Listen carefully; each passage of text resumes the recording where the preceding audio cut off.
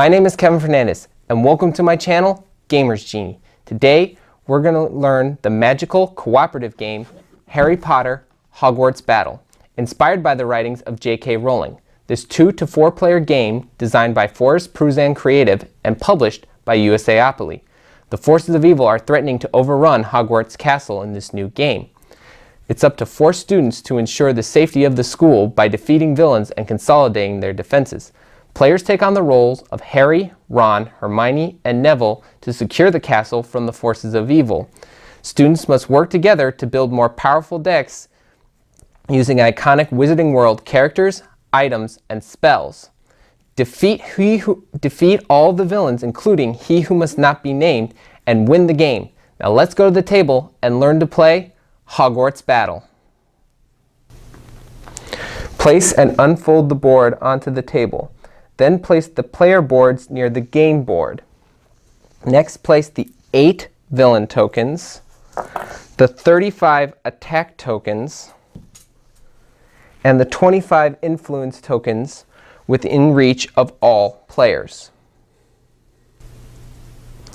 Then place the location cards face up in the order indicated on the upper right corner. Shuffle the dark arts and stack them face down next to the location cards. Shuffle the villain cards and stack them face down under the location cards. Separate out the 4 starting hero decks as indicated. And that completes the setup. A player's turn consists of 4 steps. The first step is reveal and resolve dark arts events. The second is resolve villains' abilities. The third is play Hogwarts cards and take hero actions. And the fourth is end your turn. For step 1, look at the location. It states how many dark arts events to reveal, in this case, 1. Dark arts events have a variety of detrimental effects. One at a time, reveal and resolve dark arts events, placing the card in a discard pile beside the stack. For example, this event, He Who Must Not Be Named, instructs you add 1 villain control token on your location card. If the dark art stack runs out, shuffle the resolved cards to form a new stack. For step 2, each villain has an ability. Some will happen each turn, and others will be triggered by dark arts events or other villains. Example, for instance, because a villain control token was added to the location, the active hero loses 2 health, moving his health from 10 to 8 because of Draco Malfoy's ability. For step 3, as the active hero, you may do all of the following in any order. Play cards to gain resources and generate effects. As you play out cards, you set them aside to indicate that they have been played.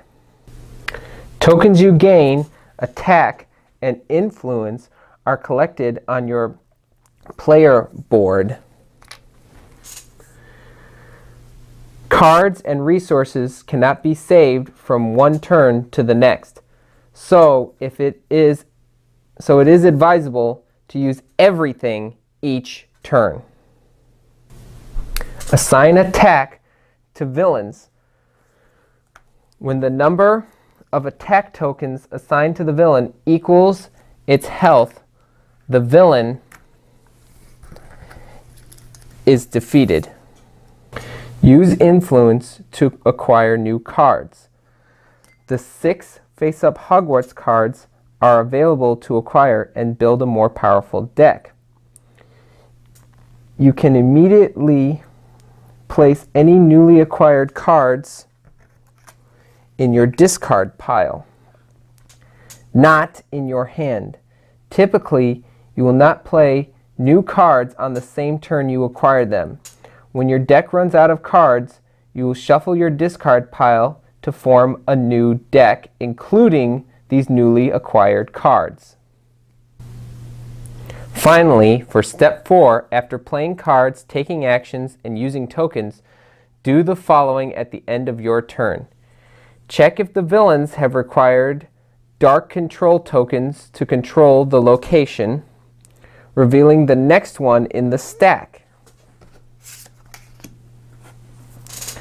If you assigned enough attack tokens to defeat a villain this turn, replace it with the next one from the villain's stack. Refill empty spaces for Hogwarts cards. Place all cards played this turn into your discard pile. You cannot save cards for your next turn. Discard any unused attack and influence tokens. If you've played cards that allow other heroes to gain tokens, they do get to keep them to use on their turn. Draw a new hand of 5 cards. Only shuffle your discard pile to form a fresh draw deck when you need to draw or reveal cards and your deck is empty. The game will continue clockwise with the next player as the active hero taking the same 4 steps on their turn. The game can end in one of 2 ways. If you win, congratulations. You secure Hogwarts and the Wizarding World for another year. You become adept wizards and bring your school pride and honor. If the villains manage to take over all the locations, then you lose. I'm sorry if they did. The Harry Potter game comes with 7 sets of cards, just like the books come with 7 volumes. Each set of card comes with new characters and features to help spice up your game, and some even have new gaming mechanics. And that's all you need to know to play Harry Potter Hogwarts Battle. If you have any questions about this game, please leave them in the comments below, and be on the lookout for our upcoming playthrough video on this game. But until next time, thanks for the views.